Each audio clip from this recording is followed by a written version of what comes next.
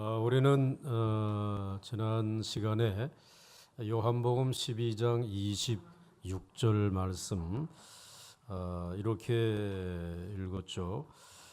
사람이 나를 섬기려면 나를 따르라. 나 있는 곳에 나를 섬기는 자도 거기 있으리니 사람이 나를 섬기면 내 아버지께서 그를 귀히 여기시리라. 아멘. 이 말씀을 하시고 예수님께서 27절 말씀에 지금 내 마음이 괴로우니 라고 하는 이러한 자신의 심경을 표현을 이제 하셨습니다. 우리는 이 말씀을 보면서 예수님이 마음이 심히 괴로우셨다라고 하는 이 말씀의 의미가 무엇이고, 그리고 심히 괴로운 그 마음을 어떻게 해결하셨는지 우리가 한번 살펴보고, 그리고 이제 이 마음이 우리들이 괴로울 때, 또 우리들도 마음이 괴로울 때가 있잖아요. 그때 우리는 어떻게 이 마음을 우리가 이제 해결할 수 있을까? 한 세 가지를 오늘 살펴보려고 합니다. 첫째로 오늘 예수님의 그 갈등의 원인, 마음의 괴로움의 원인이 무엇이냐라고 하는 것입니다. 오늘 27절 그 말씀에서 지금 내 마음이 괴로우니 라고 이 말씀해 주신 이 의미가 뭐냐를 찾기 전에 먼저 예수님은 하나님의 아들이시잖아요. 그런데 여러분, 하나님의 아들도 마음이 심히 괴로울 때가 있을까? 이런 생각을 우리들이 해볼 수 있지 않겠습니까? 그가 단지 그냥 사람이었다라고 하게 되면은 그 마음이 괴롭다라고 하는 말씀이 이해가 되는데, 이분은 하나님의 아들이시잖아요. 근데 하나님이신 그분에게도 마음이 괴로울 때가 있느냐라고 하는 것입니다. 우리 예수님께서는 하나님이시기 때문에 파도가 막 바다에서 치고 그래서 배가 뒤집어질 것 같아서 배에 타고 있었던 제자들이 막 두려워가지고 염려할 때에, 근심할 때에 막 꾸짖지 않았어요. 마가복음 4장 40절 말씀에 보게 되면은 이에 제자들에게 이르시되 어찌하여 이렇게 무서워하느냐, 어찌하여 그렇게 마음에 근심하느냐, 이게 책망하셨던 그 예수님이시지 않습니까? 그리고 또 오늘 이 본문이 있고 나서 예수님이 이제 최후의 만찬을 제자들과 함께 이제 나누시고, 그리고 제자들에게 마지막 말씀을 주실 때 요한복음 14장 1절에서는 너희는 마음에 근심하지 말라, 하나님을 믿으니 또 나를 믿으라, 이렇게 마음에 근심하지 말라고 말씀하시던 이 예수님이 정작 자신이 마음이 심히 괴롭다, 너무 근심이 된다라고 말씀을 하시는데, 이게 도대체 어떠한 이유 때문일까라고 하는 것입니다. 사실 오늘 이 말씀을 주시는 이 과정은 예수님이 지금 예루살렘의 새끼나귀를 타고 올라오시고, 그리고 성에 있는 유대인들이 호산나, 우리를 구원하여 달라고 막 찬송하고 영광을 돌리는 그와 같은 상황입니다. 또 그런 모습을 보고 헬라인 몇 명도 저분을 우리가 좀 만나면 좋겠다라고 하는 그러한 상황 속이었습니다. 그러니까 그러한 상황과 지금 예수님의 마음은 연결되어져 있다란 말이에요. 그러니까 그냥 갑자기 마음에 근심이 찾아온 것이 아니라 이들은 내가 영광을 받기를 원하는데 예수님은 지금 그 영광은 육신의 영광이 아니라 저들을 위해 십자가에서 유월절 양이 되어 죽는 거란 말이에요. 그 십자가에 못 박혀 죽으시는 이 상황이 자기에게 돌아왔기 때문에 오늘 내가 이 십자가를 지지 않으면은 유대인들도 죄사함을 받지 못하고 저 헬라인들 이방인들도 죄사함을 받지 못하고 구원을 받지 못한다. 하나님에게로 이끌려고 하게 되면 내가 무엇을 지어야 되느냐? 십자가를 지어야 된단 말이에요. 십자가에서 내가 죽어야 된다는 말씀이에요. 그런데 저 사람들은 지금 내가 영광을 받기를 원하는데 나는 죽어야 되기 때문에 이 일로 인해서 예수님의 마음이 지금 편치 않단 말이에요. 흔들리고 있다라는 말씀이죠. 그러면서 내 마음에 근심이 지금 너무 가득 차 있다라고 하는 사실을 오늘 예수님이 표현해 주시고 있는 것입니다. 그러니까 예수님이 지금 유대인이나 헬라인이나 자기 백성들의 죄를 십자가에 짊어지실 때에 그는 죽어야 되는데 죽는 그 순간에 하나님과 짧은 시간이지만 법적으로는 단절되어지는 시간이에요. 그러니까 지금까지 이 예수님 하나님의 아들은 하나님 아버지와 함께 한 번도 법적으로 단절된 시간이 없어요. 단 1초도 끊어진 적이 없어요. 그런데 이제 이 유대인과 이방인들을 구원하기 위해서 십자가에서 죽으실 때 자신은 하나님과 관계가 끊어져야 된단 말이에요. 아버지와의 관계가 끊어져야 된다는 것이에요. 이것을 생각할 때에 그 말씀에 말씀하신 그대로 오늘 28절에 말씀하신 그 말 27절에 말씀하신 그대로 지금 내 마음이 심히 괴롭다. 그 의미를 지금 가지고 있는 것이에요. 그러니까 오늘 예수님께서 하나님과의 관계가 단절되어지는 것, 그리고 예수님은 죄가 전혀 없으신 분이신데 오늘 이 십자가에서 죽어야 하는 이 일로 인해서 내 마음에 근심이 찾아왔다라고 하는 것입니다. 그것 때문에 지금 근심하고 있는 것이에요. 자, 그 다음에 두 번째로 그럼에도 불구하고 예수님의 마음 깊은 곳에는 하나의 결심이 서 있는 것을 볼 수 있어요. 자, 오늘 이 말씀을 다시 한번 보시게 되면 지금 내 마음이 괴로우니 무슨 말을 하리요라고 말씀을 하시고 아버지여 나를 구원하여 이 때를 면하게 하여 주옵소서라고 지금 기도를 하나님 앞에 드리지 않습니까? 자, 그런데 오늘 이 기도를 드리고 있잖아요. 아버지와의 관계가 끊어져야 되고 나는 이제 십자가에서 죽어야 되는데 오늘 그 일로 인해서 지금 내 마음이 편치 않습니다. 이런 마음을 하나님 앞에 내어놓으면서 아버지에게 기도하기를 정말 이 때를 좀 면하게 해 주실 수 없습니까? 기도한단 말이에요. 아들이 아버지에게 기도하는데 아버지께서 그 기도를 외면하기가 어렵지 않습니까? 또 아버지에게 기도하게 되면 아버지가 들어주실 줄 분명히 아들 되신 예수님께서 확신하고 있지만은 그러나 이 기도만큼은 들어주지 않을 것이다. 그걸 알고 있었어요. 예수님께서는. 왜? 하나님의 계획은 이 땅에 있는 유대인과 이방인들을 구원하는 일이에요. 그 구원하는 일을 위해서는 하나님의 아들이신 예수님이 어떻게 돼야 돼요? 죽으셔야 된단 말이에요. 그런데 나 지금 죽으려고 하니까는 마음에 근심이 찾아와서 괴로우니까 좀 나를 여기에서 이 고난을 이 십자가를 면하게 해달라고 하는 기도를 드렸지만 아버지께서 응답하지 아니할 기도예요. 그러니까는 마음에 작정한 것이에요. 결심한 것이에요. 나는 마음이 괴롭지만 그러나 나 십자가를 지겠습니다.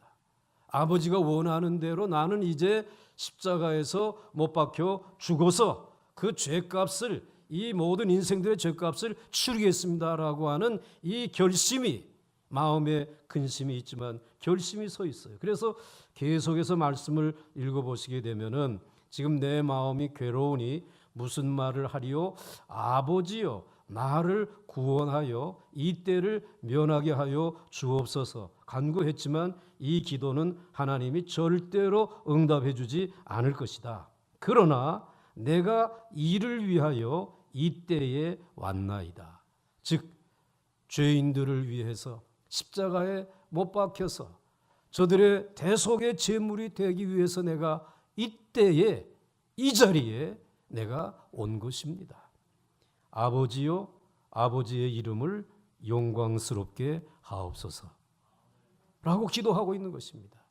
그러니까 마음에 근심이 있지만 이제 아버지와의 관계가 잠시 끊어지기는 하지만 내 육신적으로는 하나님 앞에 좀 나를 이 어려운 때를 면하게 해 주십시오라고 기도하고 있지만 이 기도에는 하나님이 귀를 닫으실 것이고 하나님의 계획이 나를 통해서 여전히 이루어질 줄 나는 알고 있다. 그래서 하나님이 영광을 거두어 주시옵소서, 아버지께서 영광을 거두어 주시옵소서라고 마음에 결심하고 있는 거예요.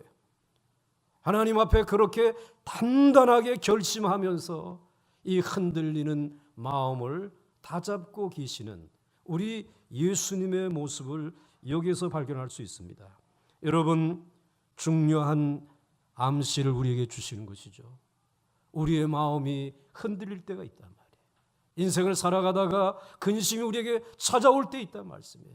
그럴 때에 이 근심을, 이 흔들리는 마음을 붙잡을 수 있는 것은 오늘 예수님께서 단단하게 결심하셨던 것처럼 오늘 우리에게도 결심이 필요하단 말이에요. 이 마음을 붙잡는 게 중요하단 말이에요. 환경에서 찾아온 환경의 문제를 해결하기 전에 마음에 결심하는 일이 필요하다는 거예요. 그런데 지금 단단한 그 결심이 무엇입니까? 오늘 예수님이 하시는 그 단단한 결심이 무엇입니까? 예수님이 죽으시기로 결심한 것이에요. 왜 죽으시기로 결심한 것입니까? 우리의 구원을 위해서, 사람들을 죄에서 구원하기 위해서 죽으시기로 결심한 것입니다. 그렇지만 이 구절을 좀 더 주목해 보시게 되면 우리를 위해 죽으시기 위한 것이 제일 큰 목적이 아닌 것을 발견할 수 있어요. 28절에 다시 보시게 되면 아버지여 아버지의 이름을 영광스럽게 하옵소서. 죽으시는 그 결심도 귀하지만 그거보다 더 중요한 결심은 누구를 영화롭게 하기 위해서, 아버지를 영화롭게 하기 위해서, 하나님 아버지에게 영광을 돌리기 위해서, 그것이 그의 결심의 목적이에요. 그러므로 예수님이 십자가에서 당하셔야 할 죽음이 그처럼 무서운 것이어서 마음이 괴로울지라도 하나님 아버지께서 그 아들 예수 그리스도로 말미암아 하나님 당신을 영화롭게 하려고 결정하신 길이 어떠한 험한 길이라 할지라도 그 길에서 물러서지 않기로 예수님이 결심하신 것입니다. 자, 우리는 여기서 한 번쯤 질문해 볼 필요가 있어요. 과연 하나님께서는 예수님의 죽음을 통해서 자신이 영광을 받으셨는가? 정말 사랑하는 아들이 죽음으로 인해서 하나님 아버지께서 정말 영화롭게 되셨는가? 라고 하는 질문을 해볼 필요가 있습니다. 여러분들이 한번 대답해 보세요. 영광을 받으셨습니까? 받지 못하셨습니까? 섣불리 대답했다가는 야단 맞을까 이야기 못하잖아요. 예, 영광을 받으셨어요. 하나님의 이름이 영화롭게 되었을 뿐만 아니라 하늘로부터 특별한 음성이 들려서 이미 영화롭게 되었고 또다시 영화롭게 될 것이라고 말씀을 해주세요. 그래서 28절 말씀을 자세히 보시게 되면 아버지요 아버지의 이름을 영광스럽게 하옵소서 하시니 이에 하늘에서 소리가 나서 이르되 내가 이미, 굉장히 중요한 단어입니다. 영광스럽게 하였고 지금 예수님이 예루살렘으로 올라가시기 전에, 십자가에 달리시기 전에 이미 이 아들로 인하여서 하나님께서는 영광을 받으셨다는 것이에요. 그리고 난 다음에 또 다시 이제 앞으로 되어질 일에, 미래에 영광스럽게 하리라 하시니 라고 말씀하고 있어요. 자, 그렇다라고 하게 되면 이미 영화롭게 되어졌다. 천군 천사들이 이 아들의 죽음으로 인하여서 영광을 받으셨다라고 하는 그 일이 언제 어떠한 모습으로 일어났습니까? 여러분들 누가복음 2장 14절 말씀해 보게 되면 지극히 높은 곳에서는 하나님께 뭐요? 영광이요. 땅에서는 하나님이 기뻐하신 사람들 중에 평화로다라고 하는 이 하늘의 천사들이 나타나서 베들레헴 마구간에 태어나신 아기 예수를 찬송하고 있는 그 소리를 누가 들었습니까? 양을 치던 목자들이 듣지 않았어요. 그리고는 하늘에서 천사들이 지극히 높은 곳에서는 하나님께 영광이라고 하는 대합창이 일어나고, 그리고는 그 영광을 하나님이 받으시는 모습을 오늘 이미 예수님이 인간의 몸을 입고 이 땅에 오신, 하나님이신 그분이 사람의 몸을 입고 이 땅에 오신, 그래서 사람들을 구원하기 위해서 오신 그 인카네이션, 성육신의 사건을 통해서 하나님은 무엇을 받았다? 영광을 받았다 이 말이에요. 하나님은 영화롭게 되었다라는 것입니다. 인간을 구원하기 위해서는 하나님이 사람의 모습으로 와서 사람이 지니고 있는 죄를 담당을 하시고, 그러나 죄 없으신 하나님이 그 죄를 담당하시고 죽으심으로 인해서만, 이 성육신의 사건을 통해서만 우리 죄인들이 구원받을 수 있는데, 그 일을 위해서 하나님의 아들 예수 그리스도가 인간의 몸을 입고 이 땅에 오신 이 신비한 비밀 속에서 우리 하나님은 무엇을 받으셨다고요? 영광을 받았다. 천사들이 지극히 높은 곳에서는 하나님께 영광이란 말이에요. 그리고 이 일로 인하여 이 땅에 있는 죄인들에게는 평화가 임하게 되었단 말이지. 하나님은 이미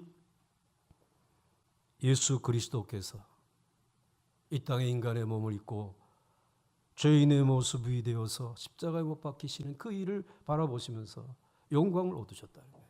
자, 그렇다면 이제 이 인간의 몸을 입고 이 땅에 오신 그가 앞으로, 조금 전에 말씀을 다시 전으로 돌아가게 되면 또다시 영광스럽게 하리라 라고 하는 말씀은, 그러면 이제 십자가에서 예수님이 죽으시고 난 다음에 또 하나님이 어떻게 영광을 거두시느냐 말이죠. 여러분, 예수 그리스도는 십자가에서 못 박혀 죽으시죠. 그에게 많은 기대를 걸었던 사람들, 호산나 호산나 하며 기대를 걸었던 사람들에게는 꿈이 깨어지는 순간이에요. 그리고 제자들은 뿔뿔이 흩어지는 순간이에요. 아, 우리 예수님이 십자가에 저렇게 처참하게 죽었구나. 이제는 우리의 길이나 찾아가자. 그러나 그때에 하나님께서 그 십자가에서 죽으시고 무덤에 장사 지난 바 되어진 그 하나님의 아들을 올가매고 있었던 죄와 저주와 사망의 모든 밧줄들을 다 끌어 놓으신 줄 믿습니까? 하나님이 그것을 풀어놓으셨어요. 사망의 밧줄을 풀어놓으셨어요. 그 결박을 풀어놓으셨어요. 깨트리심으로 그가 살아나셨단 말이야.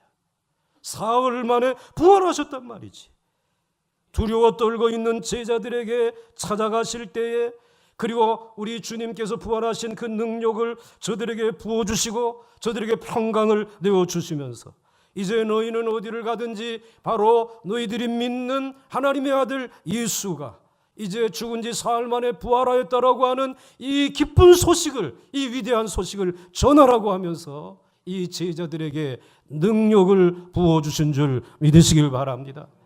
그리고 너희들은 이 예루살렘을 떠나지 말고 내가 이제 하늘로 승천에 올라간다. 말씀 그대로 하늘로 승천에 올라가시는 것을 그 많은 제자들과 이 땅에 있는 이들이 보게 되지 않았어요. 그 일로 인해서 하나님의 아들 예수 그리스도는 영광을 받게 되어진 것입니다. 인간의 몸을 입고 이 땅에 오실 때에도 천군 천사들이 찬송할 때에 하나님을 영화롭게 하고 하나님이 영광을 얻었지만 오늘 또다시 영광스럽게 하리라고 하는 말씀 그대로 우리 주 예수 그리스도께서는 죽으시고 죽음을 깨뜨리시고 저주를 깨뜨리시고 영원히 영원한 생명으로 부활하신 줄 믿으시길 바랍니다. 그로 인하여서 하나님 아버지께서 영광을 얻으시게 된 것이죠. 하나님께서 영광을 얻으신 그 놀라운 일들이 거기에서 끝나지 않습니다. 그리고 하나님의 보좌 우편에 앉아 계신 우리 주 예수 그리스도께서 때가 되게 되면 이 땅의 심판의 주로 재림하게 되어지실 줄 믿습니다. 재림하는 그날 그 순간에 또다시 영광스러운 천군 천사들의 찬송이 울려 퍼지게 될 것이라는 것이 이 요한복음을 기록한 사도 요한이 밤모섬에서 하나님의 주시는 계시를 받고 요한계시록 5장 13절에 이렇게 말씀하고 있잖아요. 내가 또 들으니 하늘 위에와 땅 위에와 땅 아래와 바다 위에와 또 그 가운데 모든 피조물이 이르되 보좌에 앉으신 이 즉 성부 하나님이 어린 양에게 성자 예수님 찬송과 존귀와 영광과 권능을 세세토록 돌릴지어다. 이건 그냥 앉아서 읽을 수 없는 말씀이 사실. 그냥 책상에 이렇게 기대고 앉아서 들을 수 있는 말씀이 아니죠. 심판의 주로 오시는 그분으로 인하여서 이제는 모든 하늘과 땅 아래에 있는 피조물들이 이제는 보좌에 앉으신 그 하나님에게 영광을 돌린단 말이지. 그 보좌의 우편에 앉으신 어린 양에게 찬송과 존귀와 영광과 권능을 세세토록 돌리는 이 역사가 마지막 종말의 때에 나타나게 된다는 거죠. 이런 비밀을 깨달은 이들이 그 메시아라고 하는 찬양에다가 담아가지고 성탄절이 되고 부활절이 되어지게 되면 여러분들의 입술로 찬송과 존귀와 영광과 권능을 세세토록 우리 그분에게 돌리잖아요. 땅에 있는 통치자들이 받을 영광이 아니에요. 인류의 역사의 시작과 끝은 우리 주 예수 그리스도이시란 말이에요. 그분이 통치하고 계신 거예요. 지금 하나님의 영광을 얻도록 하나님께서 오늘도 하나님 보좌 우편에서 우리를 위해 기도하시고 우리를 위해 중보해 주시고 이 역사를 주관하고 계신 줄 믿으시기 바랍니다. 하나님이 이미 태어나실 때 영광을 얻으셨고 그리고 이제 또 다음에 이렇게 영광을 얻으실 것을 오늘 말씀해 주시고 있습니다. 그렇기 때문에 예수님은 죽음이라고 하는 그 일로 인해서 근심이 찾아왔지만 마음에 결심한 것입니다. 내가 죽겠습니다. 그러나 이 결심보다도 하나님을 영화롭게 하기를 원합니다. 그 결심으로 마음의 근심을 물리친 것이에요. 그 다음에 이제 마지막 끝으로 우리의 마음이 괴로울 때 어떻게 하겠냐 말이에요. 여러분의 마음이 괴로울 때 어떻게 하겠느냐 말이죠. 28절 상반절 말씀을 보시면 아버지여 아버지의 이름을 영광스럽게 하옵소서. 오늘 여러분 우리는 우리 자신의 삶의 처지에 한번 실제적으로 이것을 좀 적용해 볼 필요가 있어요. 우리도 마음이 심히 괴로울 때가 살다 보면 있어요. 오늘도 여러분들이 마음이 심히 괴로워서 오늘 아침부터 하나님의 전에 나와서 하나님 앞에 예배하는 분들이 다수가 있을 것이에요. 그러면 우리의 영혼이 우리의 마음이 외로울 때가 언제입니까? 혹시 지금이 아니라고 할지라도 앞으로 살아가다 보게 되면 어느 날 마음이 괴로울 때가 오지 않겠습니까? 그때에 그러한 처지에서 우리가 어떻게 해야 할까? 가까운 가족이 죽을 때 여러분 어떻게 하시겠어요? 갑자기 무서운 질병이, 예상치 못했던 질병이 찾아왔을 때 여러분에게, 아니면 여러분의 사랑하는 자녀들에게 찾아왔을 때 여러분 어떻게 하시겠어요?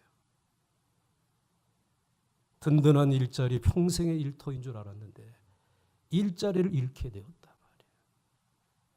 사업이 지지부진하게 되었을 때 어떻게 하시겠냐면, 믿었던 친구들이나 동역자들이 우리를 이해해 주지 못하고 매도할 때에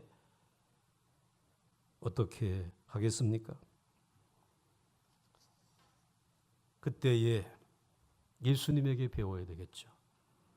아버지요, 아버지의 이름을 영광스럽게 하옵소서. 여기서 배워야 된다는 말씀이에요. 그러나 좀 더 이제 구체적인 예를 들어서 이제 내가 건강을 잃어야 한다라고 하게 되면 내가 그 질병을 통해서 이제 제가 멈추게 되면 아버지의 이름을 영화롭게 하옵소서. 여러분들이 후렴 구절을 그렇게 하는 것이, 한번 해보십시다. 내가 그 질병을 통해서, 해보지 않았으니까 안 되지. 예수님은 지금 십자가에 지금 죽음을 앞에 놓고 내가 죽는다, 아버지와 관계가 끊어진다, 그때에 드린 기도란 말이에요. 그러니까 우리도 해보자는 것이죠. 내 소유를 잃어야 할 때, 내가 당하는 가난을 통해서, 그 다음에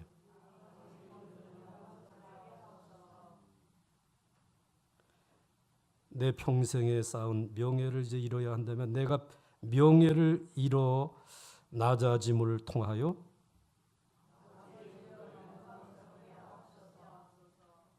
정말 두려운 일이긴 하지만은 내가 생명을 잃고 죽어야 된다. 내가 죽음으로써, 여러분 또 얘기해요, 아버지의 이름을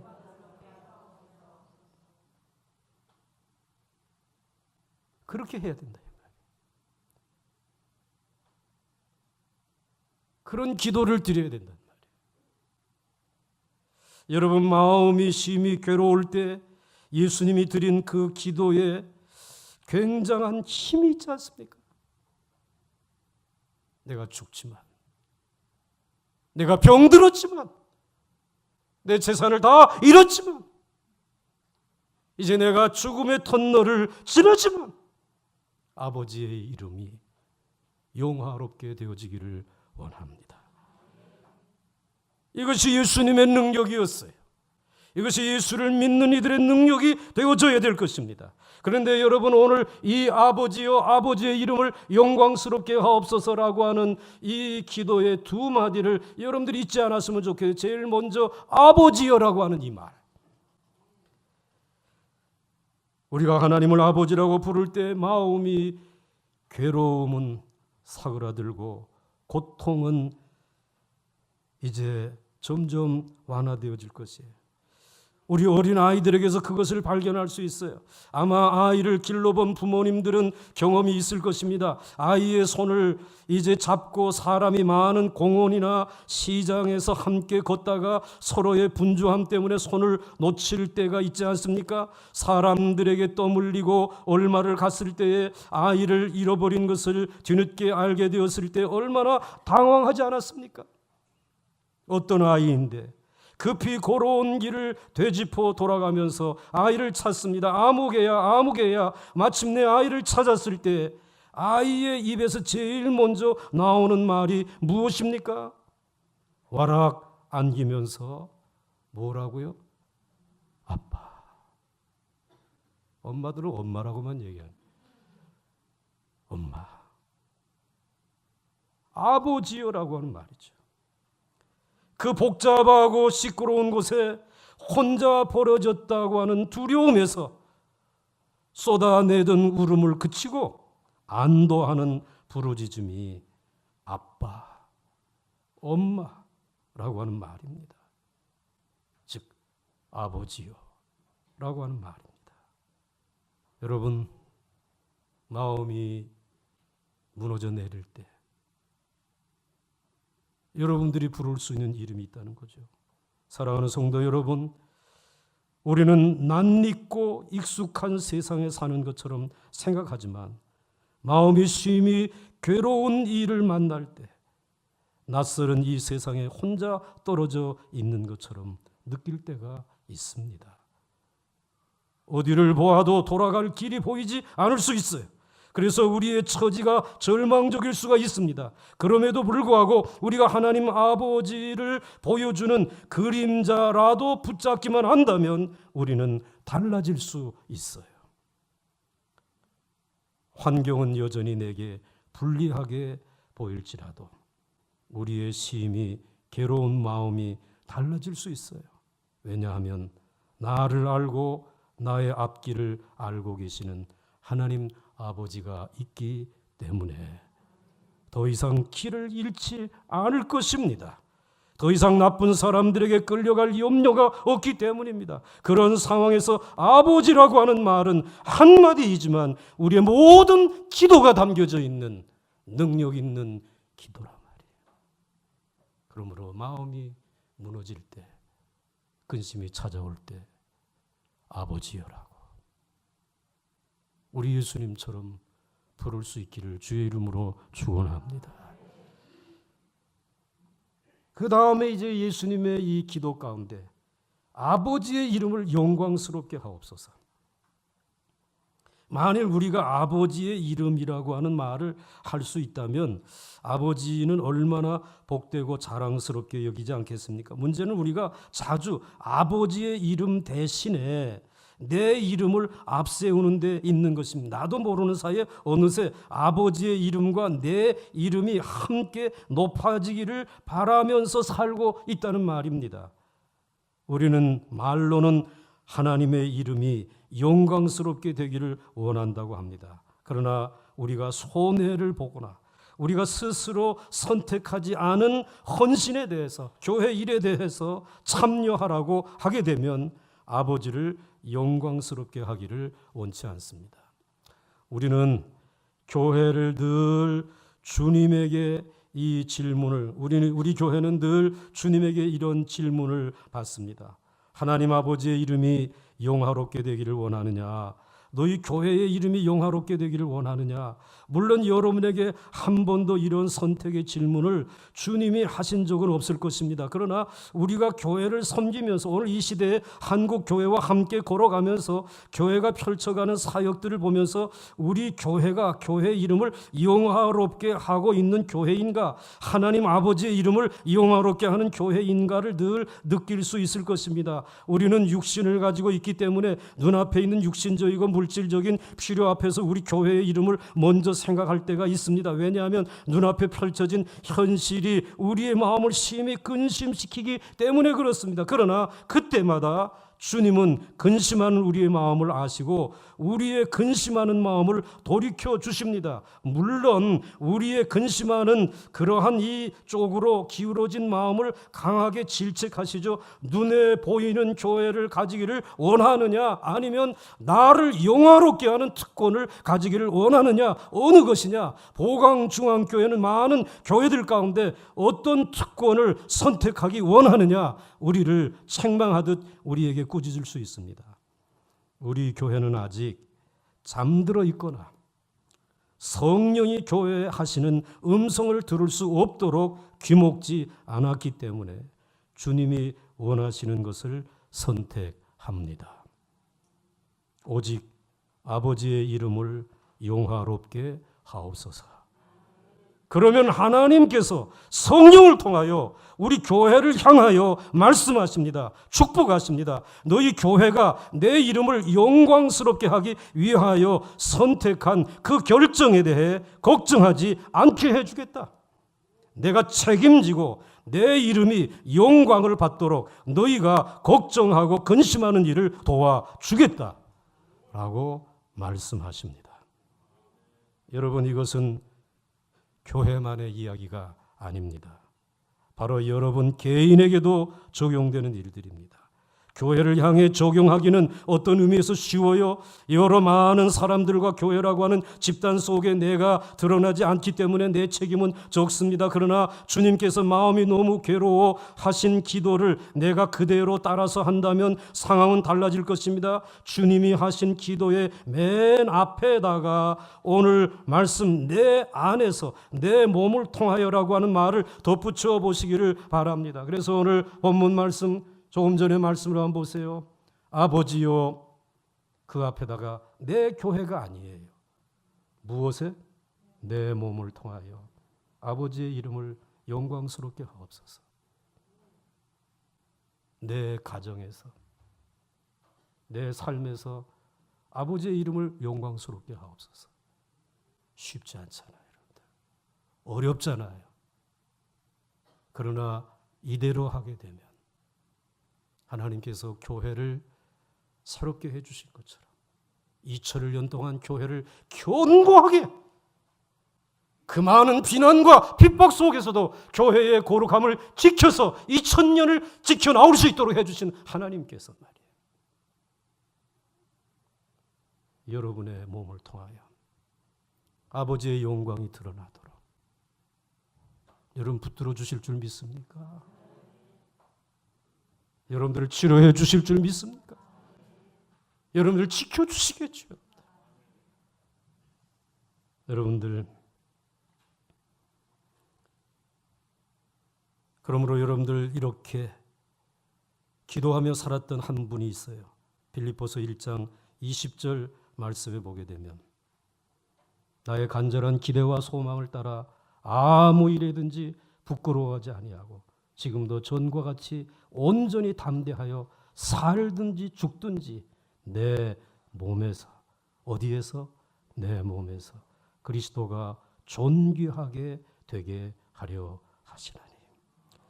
사도 바울은 사실 로마의 선교는 좀 자유로운 몸으로 하기를 원했어요. 평생을 복음을 전했기 때문에 이미 자기를 따르는 이들도 꽤나 많습니다. 여유 있는 선교 여행을 원했어요. 그러나 정반대로 로마에 결박을 당해 가고 옥에 갇히고 석방할 기미가 보이지 않았습니다. 자신을 찾아와 주는 사람도 없었습니다. 그러나 그러한 처지에서 내 안에서, 내 몸에서 그리스도가 영광스럽게 되기를 원하노라고 기도하였습니다. 살든지 죽든지 자기를 통해서 하나님께 영광을 받으실 것을 내가 내다보고 기뻐하였습니다. 이러한 기도가 사도 바울의 심히 괴로운 마음을 하나님의 영광을 보고 즐거워하는 마음으로 바꾸어 놓았습니다. 그래서 빌립보서 1장 21절 다음 절에 이는 내가 사는 것이 그리스도니 라고 말하고 있습니다. 여러분도 그렇게 말할 수 있겠습니까? 사는 것이 그리스도니. 사는 것이 그리스도입니다. 그리스도입니다. 만일 그럴 수 있다면 우리는 기쁨이나 슬픔이나 질병이나 그리고 건강이나 축복이나 해받음을 그리스도가 영광스럽게 되는 것을 위해서 참아낼 수 있습니다.